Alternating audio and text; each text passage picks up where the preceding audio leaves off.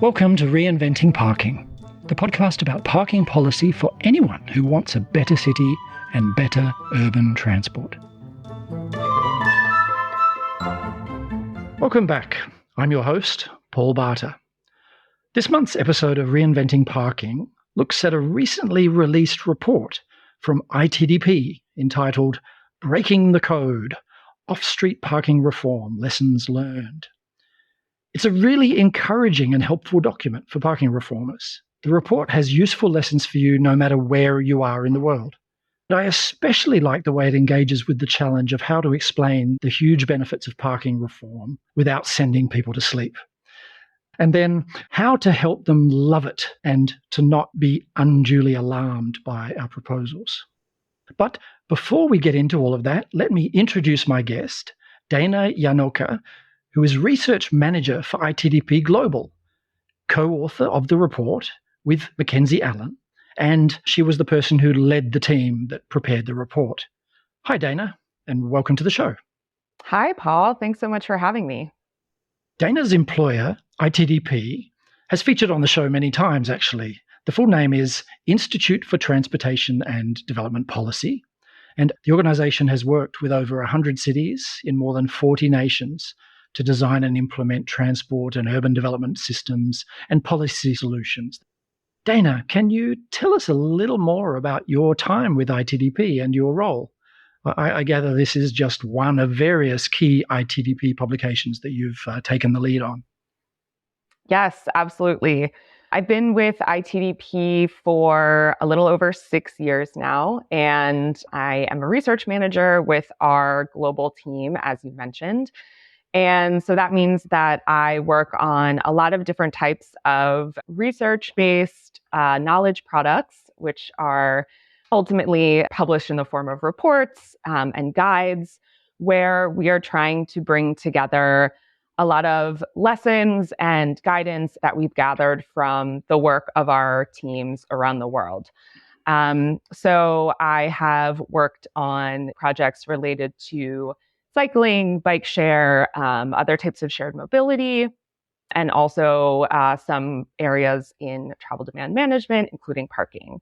So last year, I worked on a similar report providing guidance for cities interested in moving forward with pricing on-street parking. And now this new report focuses on off-street parking and providing, like I said, some of those lessons learned from cities and places around the world. So let's talk about the report. Dana, do you have a elevator pitch, brief 30-second, 1-minute version of the report for those impatient people who want to really just move on with their lives, download the report and stop listening to a podcast? Well, we certainly don't want them to do that, but I'm happy to give a brief overview before we get into it. But yeah, so this new report, it's called Breaking the Code. It's really focused on off-street parking in cities, how to think about this kind of lever that cities may not always think about as a lever to pull to improve urban planning and how our cities are functioning. So we take a look at first at different options for addressing off-street parking. So we mentioned already parking minimums, but there are a whole host of other types of policies that cities have at their disposal to start to address oversupply of off-street parking or a mismatch between use of on-street versus off-street parking. And so we go into that a little bit in the first part of the report. And then the meat of the report is really focused on these global case studies. So we interviewed 6 cities and 1 country, New Zealand, and we put these case studies together to provide a narrative around their experience in moving forward with parking reform and really addressing some of the challenges that we know other cities and countries are having. I liked that image of interviewing a city and interviewing a country,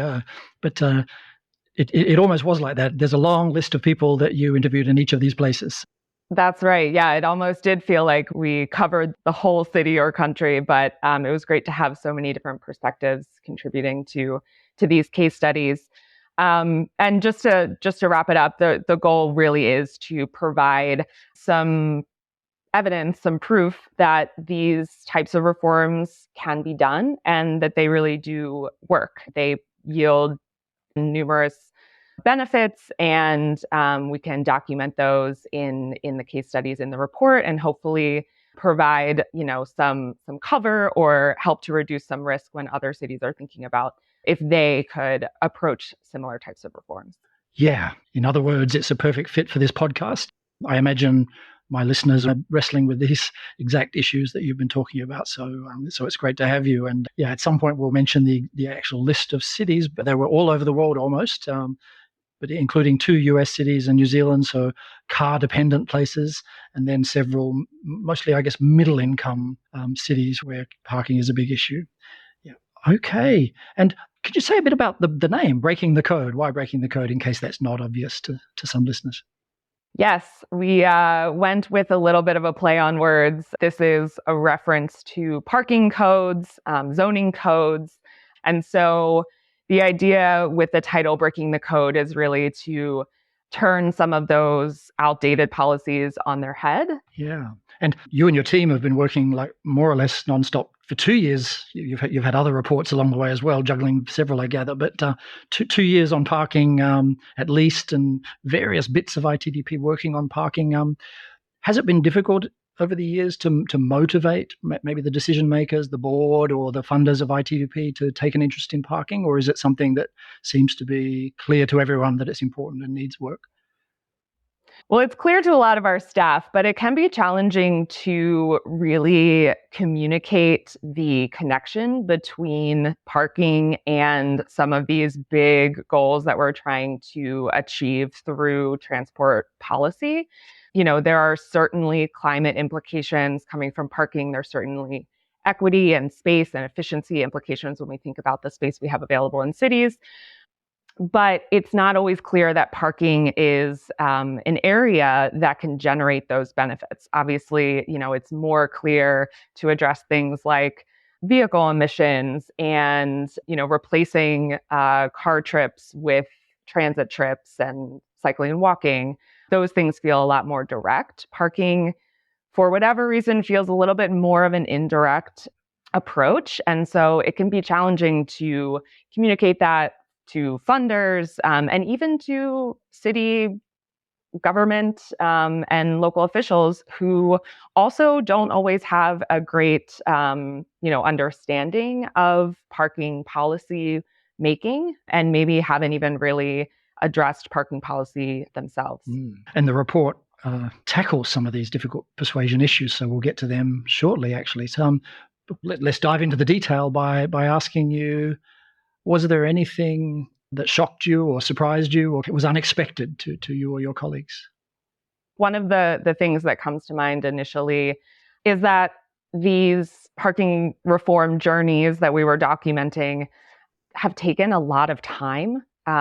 In each of the case studies, we include a timeline of milestones where you can see where the city started out, when major policy interventions were happening, when those were overturned. And it's over decades. It could be 10 years, 15 years. And it was just really surprising to see that so stark. And it's one of the things that we dig into a little bit in the report, is kind of this balance between making incremental change and having that take quite a long time. And really the alternative now, where we're seeing a lot more momentum around, especially removing parking minimums, and whether there's opportunities to really shorten that timeline so that we are seeing change happen a lot more quickly. Yeah. One of the things I felt this was a strength of the report was the many ways in which various cases had lessons about political feasibility. Some of them encouraging, some of them more sobering. So one example, which is both encouraging and sobering at the same time, I guess, is that in a city where you can't abolish parking mandates, parking minimums right away, accept a smaller win and accept a reduction or maybe an abolition in a certain district or an abolition for a certain land use. And even though that might be disappointing, several of the case study cities demonstrate that that's very often a step towards a more ambitious reform a few years later. Could you reflect on that maybe? Absolutely. Yeah, it's a great takeaway. And we do talk about this idea of phasing in the report. So maybe even just starting out looking at removing parking minimums around transit stations. That's a really common, popular approach as long as there's sort of a tie to eventually removing those minimums broader than the initial focus area. So, for example, there were a couple of cities in the report actually that kind of started with either like a neighborhood approach or that transit shed approach, and then with plans to expand to citywide or to larger neighborhoods. I think it's also inherently parking reform and thinking about removing parking minimums. You're not going to see change immediately. That's just how this type of policy works. It's not removing every single off-street parking space that's in a city once parking minimum policy is removed. Inherently, it's incremental in that, as new buildings are being built, there's just less parking that's being provided on site at those developments. Yes, that's my frustration, I guess, is, even what seems like this radical reform is actually inherently incremental. And so it feels like a defeat to accept these even more incremental reforms. But right. Yeah, so I guess the message is for advocates, don't negotiate with ourselves, don't push for the mild reforms, push for the maximum reform. But when we only get partway there in a particular round, at least pat ourselves on the back and say we won something. Don't think we lost just because we didn't get the whole kit and caboodle. Right. And know you can still get to that more ambitious place over time because other cities have also done it. Right. I guess Minneapolis was an example, or there were other examples too. Yeah, almost all of the cases. Mexico City seemed to be an exception. They kind of jumped straight to abolishing minimums altogether. Yeah, well, Mexico City is an interesting case because they really did have quite a bit of support in terms of addressing parking broadly. There was quite a significant campaign around on-street parking that ITDP's Mexico team was quite involved with in terms of implementing the eco-park system and pricing on-street parking. And so off-street parking was sort of the next, thing to tackle once that on-street system proved to be quite successful. And so there was a little bit of momentum there already for moving forward with a bit more ambitious off-street reforms. The topic can be quite dry for some people, right? And one of the things that the successful cities in the report used data, right? Mexico City was also an example of this, but there were others of using data, which might sound like it's a kind of a dry thing, but ITDP was quite successful in making the data rather dramatic and highlighting the drama around just the sheer volume of parking that was being built. Were there other examples besides Mexico City of that? Yeah, for sure. Mexico City is a great example of that. And we do include some of those, I think some might categorize as dramatic graphs in this report as well. New Zealand comes to mind, thinking about data. There were a number of kind of reports and at one point a cost benefit analysis that really helped to provide the hard evidence that an oversupply of off-street parking was actually one of the contributors to unaffordable housing. And so in New Zealand, that was sort of the big issue that the reforms were being tied to. And they were able to pull together data and evidence to really make that link. And I think that helped to generate a lot more support in government and also from the public to move forward those reforms. Yes, that came up in our New Zealand podcast episode. But at the time, I didn't perhaps appreciate how important that cost-benefit analysis study was. Because as you highlight in the report, the language of cost-benefit analysis may not excite the general public, but decision makers, they're the kind of people who will be asking, what's the ratio of the costs or the benefits of doing this, and having a real serious study by real serious transport economists and real estate economists was incredibly powerful. Absolutely. And I think another thing just to mention quickly in terms of data and even like visualization of this issue, again, I think on the public side, it can be, like you said, challenging to communicate things like cost benefit analysis, things that feel very wonky. And, I don't have an economics degree. I don't really quite understand how this fits in with my day-to-day life. But I think something that's been really useful that the Parking Reform Network manages are these visualizations for different cities of just the footprint of off-street parking. So it's a map, and all of the off-street parking is kind of shaded in red. And you can really just see right away the sheer amount of land that's being dedicated to storing vehicles. Yeah, if I'm not mistaken, examples in your report, certainly Atlanta, and the dramatic map from Atlanta is there. Again, still on politics and political feasibility, there's two, I guess, strategies or tricks that in some ways are kind of avoiding the issue and might be sort of seem like cheating. But I guess as much as I'm fascinated by parking, I need to accept that most people are not especially interested in parking. And one of the ways that many of the reforms in the case study cities proceeded was that the headline wasn't "this is a parking reform." The headline was "this is a something else reform," and parking was part of achieving that reform. Yes, exactly. I think that's so important. Again, tying the more wonky pieces of policymaking to things that really are impacting people's lives. And, parking minimums aren't something that regular people tend to think about, and they shouldn't. That's the job of policymakers and transport analysts and, all of us who are perhaps listening to this podcast. So I think that, in the case studies, we were really keen to note what those kind of bigger goals cities were trying to achieve, and really linking how addressing parking and creating these parking reforms could really help to lead to those goals. So I think I mentioned New Zealand before. They really tied this process to housing unaffordability. That's also come up in several of the other case studies as well. But also things like addressing climate emissions and really shifting demand away from driving. We have evidence that the more parking you build, the more driving you get. And so on the flip side, reducing the amount of parking that's available can really help to, shift people's decision making away from driving to some more sustainable modes like walking and cycling and transit.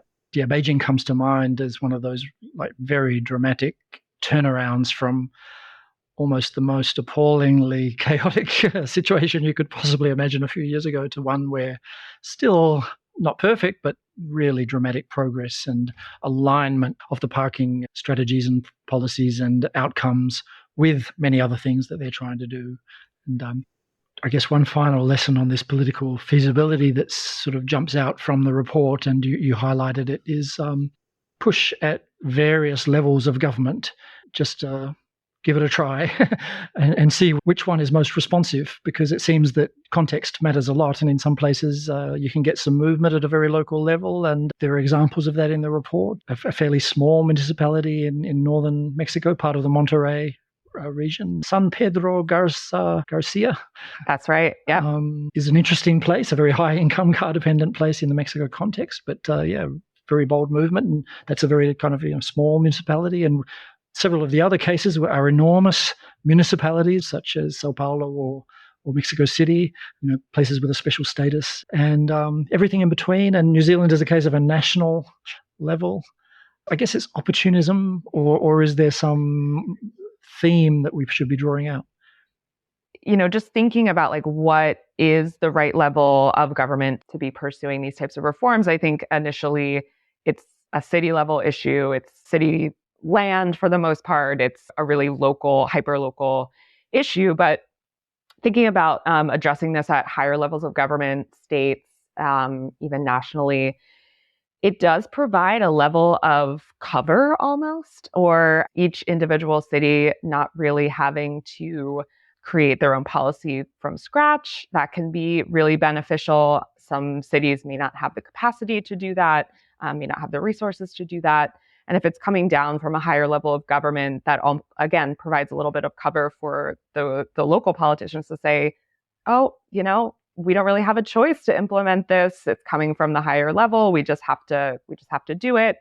And then once it's in place, people kind of see that it's not this grand change that's really life altering. Right. It's kind of like, it's hard to be the first. So now we have a lot of these different examples of, how cities are implementing parking reform, but also you could go about it at these higher levels of government. So if you have political will, or if you have a real champion for parking in these higher levels, pursuing it there is feasible as well. It's going to look different for different places, but it's kind of all about like reducing the risk and making sure that cities understand that like other cities like them have done this and the impacts have been beneficial. Yeah. So that was a theme that came right through in the report. Just the trying to constantly reassure. There's so many reasons to not be so scared. Just don't be so scared. Here's another example of a way that you shouldn't be so scared by this. It is possible. You can do it. It's not going to be the end of the world. Yeah. And speaking of which, your report tackles this question of which should come first, on-street parking management improvements or off-street parking reforms.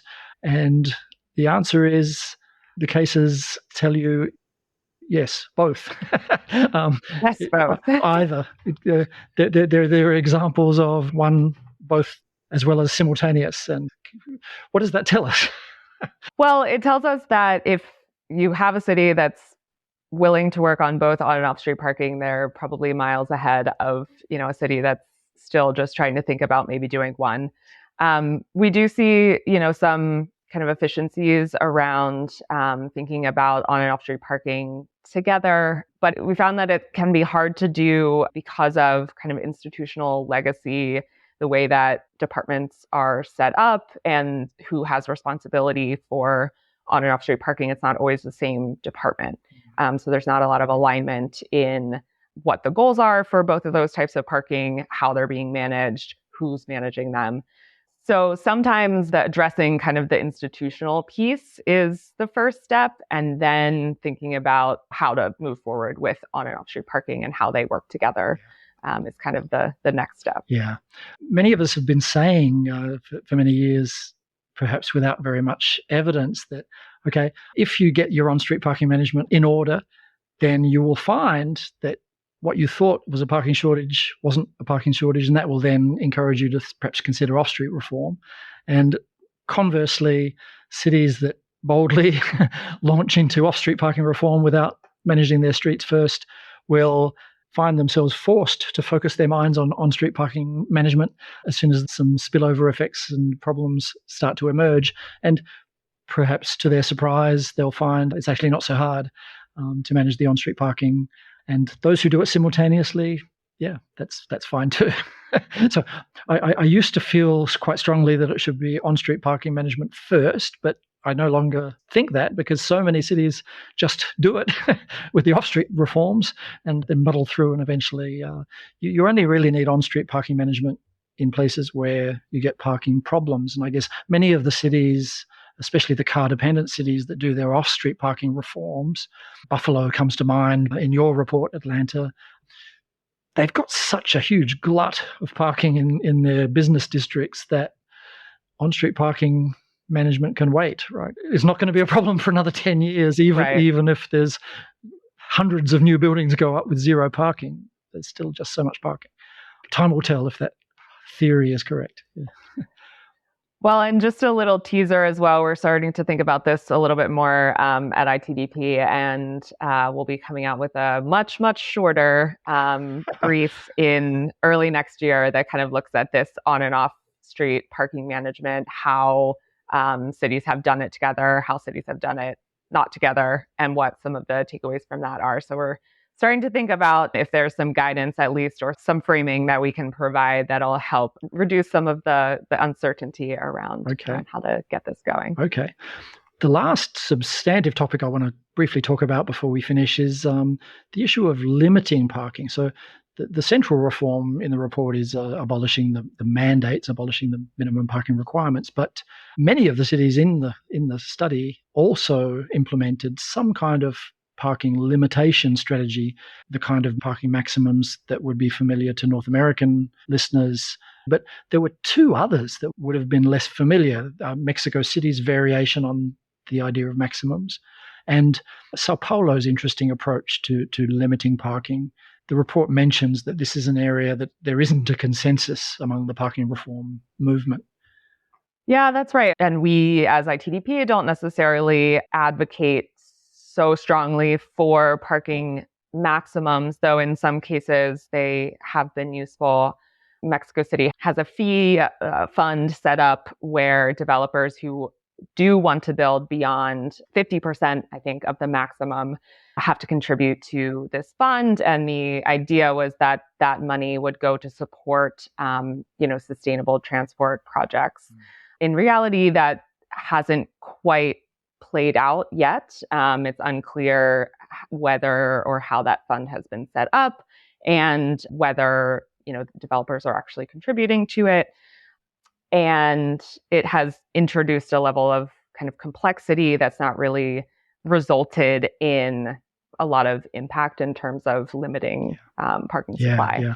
One of the strong arguments against the mandates is they're arbitrary, they're too rigid, they don't give a lot of choice, and they encourage pretextual planning. So cities using parking minimums as a pretext to get something else. And in your report, you mentioned Atlanta trying to discourage bars and restaurants by abolishing parking minimums in the downtown, except for bars and restaurants, as a way to discourage bars and restaurants, a classic case of pretextual planning. So our arguments against minimums are slightly undermined if we advocate for maximums, which are also prone to the same kind of problems. But the Mexico City case and the Sao Paulo case were appealing in that they were more flexible and set up a sort of a fee or a cost and gave developers some choice. Tony Jordan from Parking Reform Network has been saying that we should just charge developers for providing parking because it has a negative impact. And I think the other thing to think about in these cases, Mexico City and even Sao Paulo, as you introduce these more complex kind of calculations that need to be done, that just requires more capacity from the city. And in some places, that's just really not going to be feasible. So you don't have to do these super complicated maximum type things for a parking reform to be successful. Right. And I think that's why the focus on removing minimums has been so popular, because it is quite simple to do. Yeah. And thank you for bringing me back on target, because actually, the bottom line, a key message from the report was that when minimums are abolished, when parking mandates are abolished or lowered dramatically, parking still gets built, but less than before in transit-oriented places, walkable places, a little less than before in car-dependent places. So, abolish your parking minimums now. That's the takeaway. Yeah. And for simplicity's sake, if one of the key arguments for abolishing the minimums is that currently many cities are tying up huge amounts of their staff time in dealing with all these appeals and variances and just assessing parking requirements, they can save all of that. And if they're going to then tie them up with maximums and details of maximums and fees and all sorts of things, then they're not going to get that benefit. I wanted to ask one slightly lighthearted question right at the end, which is, you've had 2 years where parking has been almost an everyday part of your work day. Are you sick of parking reform yet? I wouldn't say I'm sick of parking yet. I think there is a lot to be explored with parking. We've talked a little bit about addressing parking reform in really car-centric places, but ITDP really primarily works in low and middle income countries. And there's really an opportunity there for parking to serve a different purpose and to really think about parking as a way to curb some of the demand that's growing around car ownership and reliance on driving. So I think that we're coming at this from two sides, which is great. And there's a lot still to do in the parking space. And I think, the parking space. Exciting. No pun intended, yes. Exactly. So listeners, do go get hold of this report. It's on the ITDP website, itdp.org. Is that right? That's right. Yeah. And thank you very much, Dana, for talking with us on Reinventing Parking. Thanks for having me. You've been listening to the Reinventing Parking podcast, and I'm Paul Barter. You can find out more at reinventingparking.org, where you'll find ideas and tips on parking policy. You can also listen to other episodes, subscribe, or leave a comment. That's reinventingparking.org. Bye for now.